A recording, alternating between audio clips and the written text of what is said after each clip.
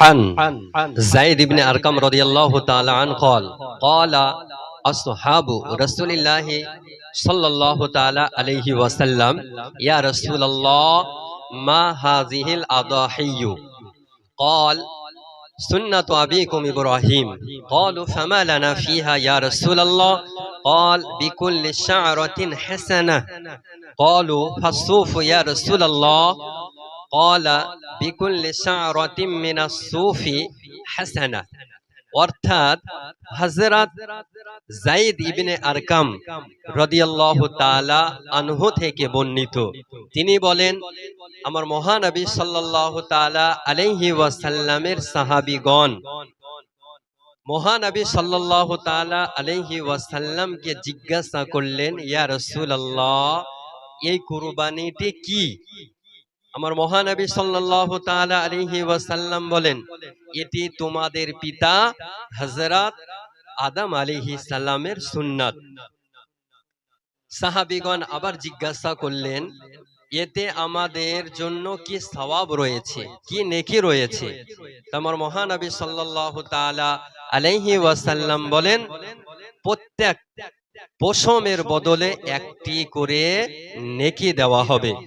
সাহাবে কেরাম আবার জিজ্ঞাসা করলেন, ইয়া রাসূলুল্লাহ, উলের প্রতিটি পশমের বদলেও একটি নেকি দেওয়া হবে? নবী আমার বললেন, হাদিসটি কোথায় উল্লেখ রয়েছে? হাদিসটি সুনানে ইবনে মাজাহ কিতাবুল আদাহির মধ্যে উল্লেখ রয়েছে। হাদিস নাম্বার 3127 নাম্বার। মুসনাদে আহমদ এর মধ্যেও এই হাদিসটি উল্লেখ রয়েছে এবং এই হাদিসটি মিশকাতুল মাসাবি কিতাবুল আদাহি অধ্যায়ে উল্লেখ রয়েছে। তাহলে এখান থেকে দিবালোকের ন্যায় প্রমাণ হয় যে কুরবানির পশুর প্রত্যেকটা পশমের বদলে একটি করে নেকি লেখা হয়। আমাদের সকলকে কুরবানি করার পদ্ধতি কি এবং কুরবানির দোয়া কি? কুরবানির সঠিক পদ্ধতি হলো জবাই করার সময় পশুকে কিবলামুখী করে শুয়ে বিসমিল্লাহি আল্লাহু আকবার বলে ধারালো ছুরি দিয়ে দ্রুত জবাই করতে হবে, যেন পশু কোনো রকমের কষ্ট না পায়। জবাই করার সময় এই দোয়াটি পড়া মুস্তাহাব। ইন্নী ওয়াজহাতু ওয়াজহিয়া লিল্লাযী ফাতারাস সামাওয়াতি ওয়াল আরদা হানিফা ওয়া মা আনা মিনাল মুশরিকিন ইন্না সালাতি ওয়া নুসুকি ওয়া মাহইয়ায়া ওয়া মামাতি লিল্লাহি রাব্বিল আলামিন লা শারীকা লাহু ওয়া বিযালিকা ওয়া উমিরতু ওয়া আনা আউয়ালুল মুসলিমিন।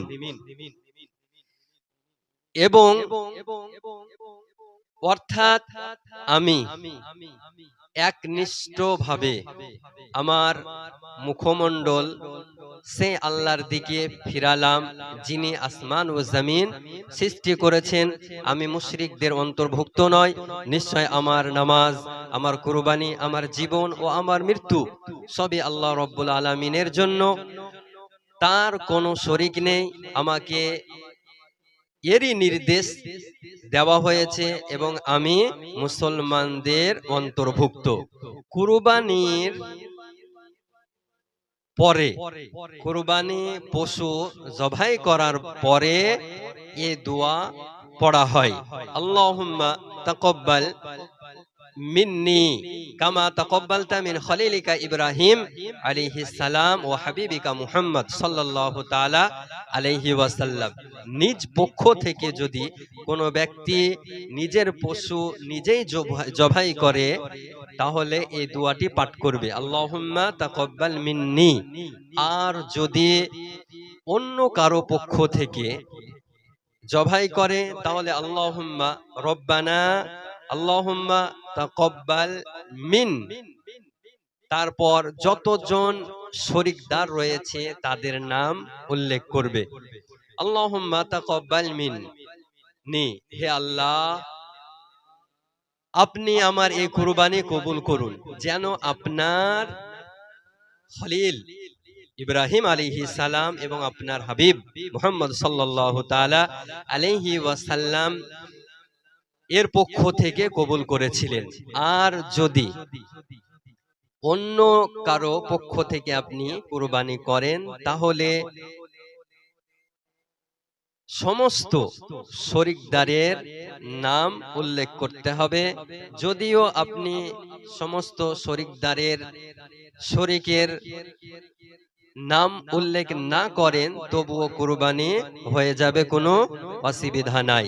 তবে নাম নেওয়া এটা একটি ভালো কাজ, জরুরি নয়, ওয়াজিব নয়, ফরজ নয় যে তাদের নাম, যারা কুরবানিতে অংশগ্রহণ করেছেন, যারা কুরবানি যাদের পক্ষ থেকে দেওয়া হচ্ছে, তাদের নাম উল্লেখ করা জরুরি নয়।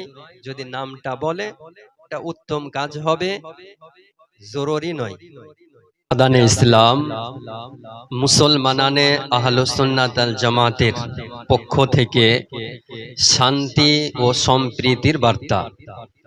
কুরবানির পশু কোন রাস্তার ধারে বা খোলা জায়গাতে জবাই করবেন না, এবং কুরবানির পশু জবাই করার পর রক্ত ও হাড় মাটি খুঁড়ে পুঁতে দিবেন, পরিবেশ যেন দূষিত না হয়। কুরবানির মাংস সোশ্যাল মিডিয়ায় পোস্ট করবেন না। সমস্ত আহলুস সুন্নাত আল জামাতের মান্যকারীদের নিকটে আমার অনুরোধ যে কুরবানির মাংস সোশ্যাল মিডিয়ায় কোনো রকমের ছবি পোস্ট করবেন না, মাংসর ভিডিও করে পোস্ট করবেন না।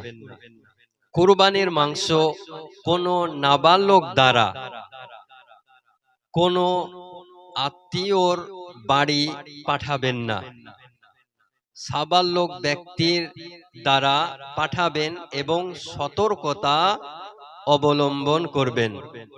কুরবানির মাংস নিয়ে যাওয়ার জন্য কালো ক্যারি ব্যবহার করবেন, সাদা ক্যারি ব্যবহার করবেন না। কালো ক্যারিতে কুরবানির মাংস নিয়ে আত্মীয় স্বজনের বাড়িতে পাঠিয়ে দেবেন। কুরবানির পশুর ভুঁড়ি নাড়ি রাস্তার ধারে ফেলে রাখবেন না, এটা মাটিতে মাটি খুঁড়ে মাটি খনন করে পুঁতে দিবেন। কুরবানির পশুর আরো অন্যান্য হাড়, রক্ত ইত্যাদি এই সবগুলো রাস্তার ধারে ফেলে রাখবেন না। ট্রেনে কিংবা বাসে কুরবানির মাংস খুব সতর্কতার সঙ্গে নিয়ে যাবেন। কোনো নাবালক ছেলের হাতে মোটর বাইক দিবেন না। যারা মোটর বাইক চালাবেন হেলমেট পরিধান করে সতর্কতার সঙ্গে ধীর স্থির ভাবে গাড়ি চালাবেন। খুশির দিনে যেন আপনার পরিবারের শোকের ছায়া নেমে না আসে। ঈদের নামাজের সময় ডিজে বা মাইক বাজাবেন না, আত্তাবাজি করবেন না,